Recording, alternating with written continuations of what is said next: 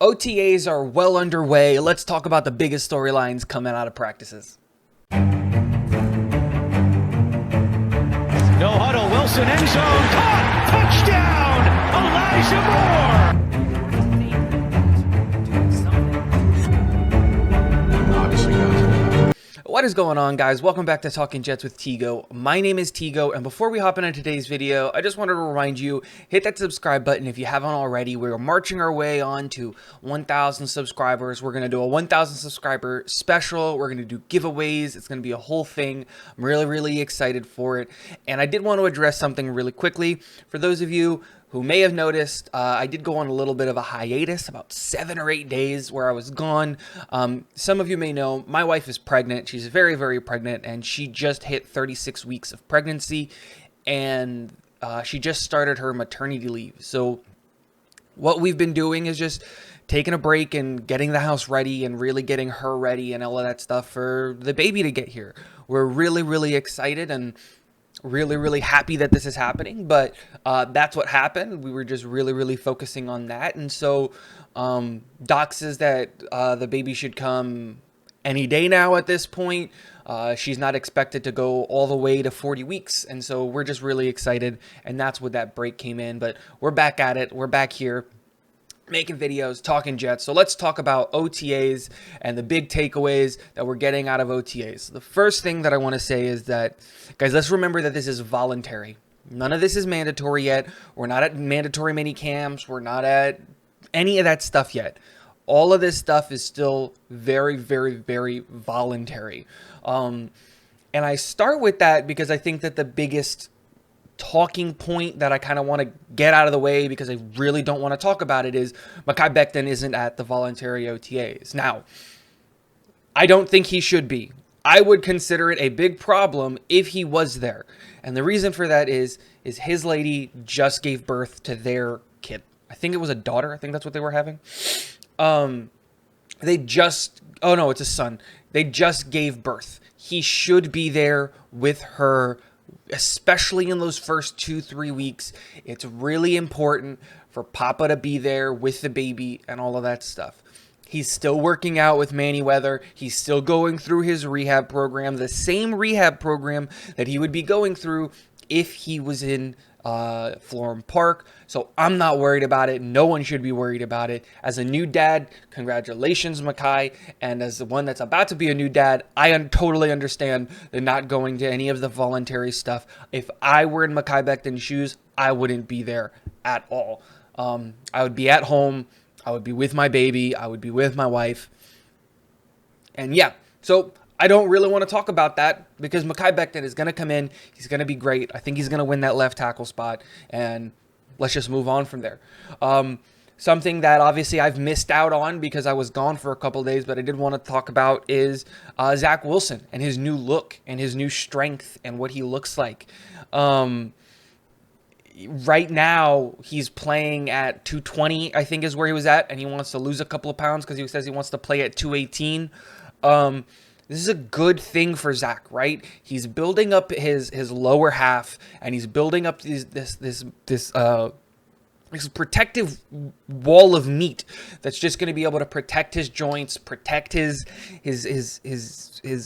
bones, and really just keep him up. And for those of you who may not know the super in-depth looks of quarterbacks, a lot of where your power comes from is from your hips and comes from your lower half.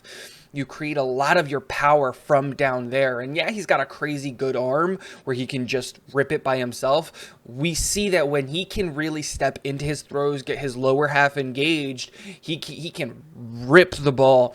And seeing him really build up his lower half makes me really confident that we're going to see 17 games out of him, because he's going to be able to take a little bit more punishment because he's got more meat there to handle that hits. And the other thing, and one thing that I really wanted to talk about, was kind of what Robert Saleh said in one of his press conferences, which is like, you can see that Zach's confidence in the system and Zach's confidence in being a leader has gone up because of the volume at practices. And as someone who went from when I was playing sports, who went from being team member to all the way up to being a captain, and we saw that transition in myself coming from how loud I got really on the sidelines and on the field. I totally get that.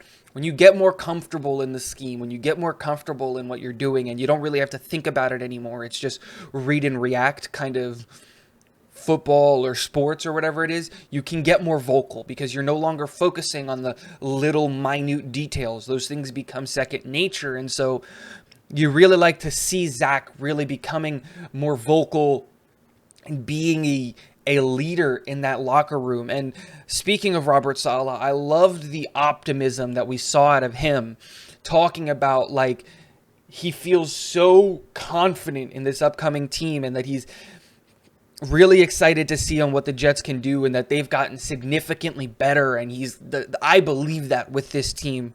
We're seeing the cornerbacks and OTAs look really, really good. We're seeing players that are looking really, really good as well. I used to be not the biggest Tyler Conklin fan, and the more I keep watching his highlights and the more I keep seeing what he's doing at OTAs, this guy's going to be a problem in the league. We've got a stud 1, 2, 3 tight end room, and like I want all three of these guys to touch the ball, and it's just like you can't.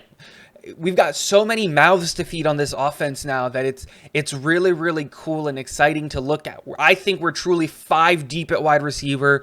We're 3 deep at tight end. We're 3 deep at running back. Like, we've got a lot of people who can get touches and be effective on the offensive side of the ball when you're looking at our skill positions, that it's really, really exciting to see. We've got a lot of options. And Mike LaFleur, who's this low-key offensive genius play caller when he has the tools and the weapons that he can use, I think we're really going to see him shine this year and really turn into what I hope is the Mike LaFleur that people are going to want to have become their head coach. And so it's really, really exciting to see. Since we're talking about offense, Elijah Vera Tucker felt and sounded very confident in his ability to move to the right side. I liked what he said, that the position is still the same. The only thing that you need to change is your footwork. I think it's a little bit more involved than that, but I'm going to take his word for it. I wasn't an offensive lineman when I played football. I was a quarterback. And so it's very cool and very interesting to see his development and transition to the right side to be that right guard of the future. And you love to see it. And then last but not least, one of the things that I really did want to talk about is Quinnen Williams. Quinnen Williams' is a 5th-year option got picked up to it. And a lot of people are talking about, what is his contract going to look like? What is his contract going to look like? The Jets should re-sign him. What is his contract going to look like? And I wanted to give my 2 cents on it. And so here's what I would say. I think Quinnen Williams and the Jets are at 2 different parts in the contract negotiations. If it was up to the Jets, I think the Jets would want to sign him right now.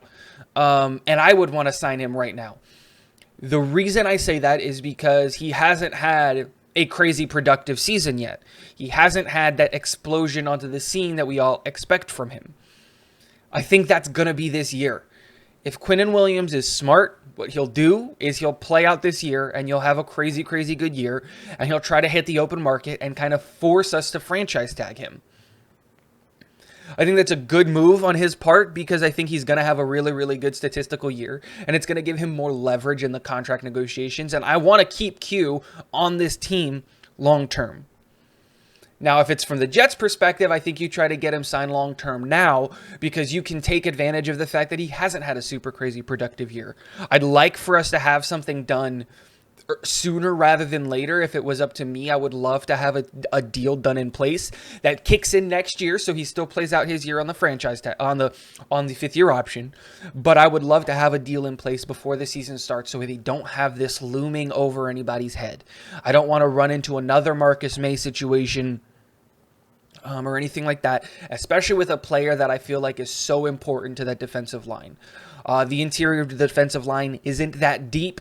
We've got a lot of edge pieces, and I think Q doesn't get enough credit for the things that he does up the middle on the defensive line.